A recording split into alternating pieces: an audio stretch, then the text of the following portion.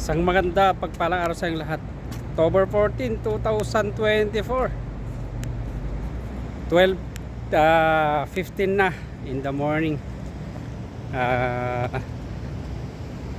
Pauwi pa lang tayo galing trabaho kasi yung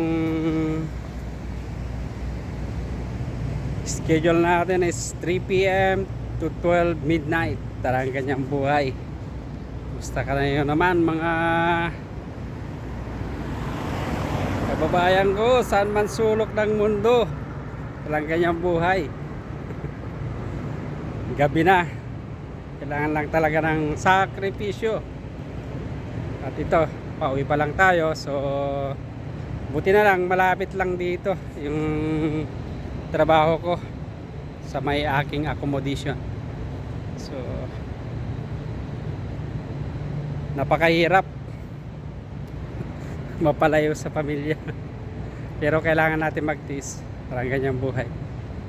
Kailangan natin magsakripisyo. Ito, lakad siguro sa papunta sana accommodation ko mga 5 minutes. Malapit lang. So, kumusta naman ang buhay-buhay?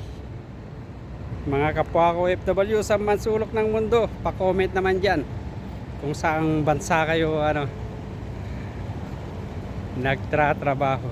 Ako pala si Ronnie, isang OFW dito sa bansang Kuwait.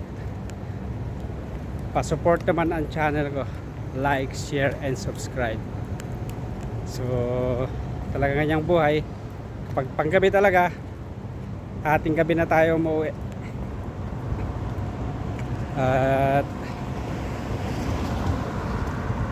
okay naman dito, safe kasi pag malapit lang, hindi naman delikado paglalakad. Tsaka nakakatipid ako pag malapit sa trabaho, hindi ako nagtra-transport. Hindi katulad yung mga kasama ko, nagtra-transport sila, nagbabayad sila ng 20 KD. So almost yung 20 KD na yun is mga na siguro, more or less 3,600 to 3,700 pesos ang equivalent. Malaki rin yun, nakatipid. So maraming salamat. Ginawa lang yung video na to as my remembrance in the future, kasi di na may babalik to pag So hanggang ganun na lang.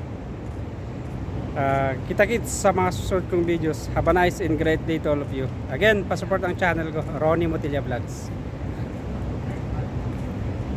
Have a safe day to all of you.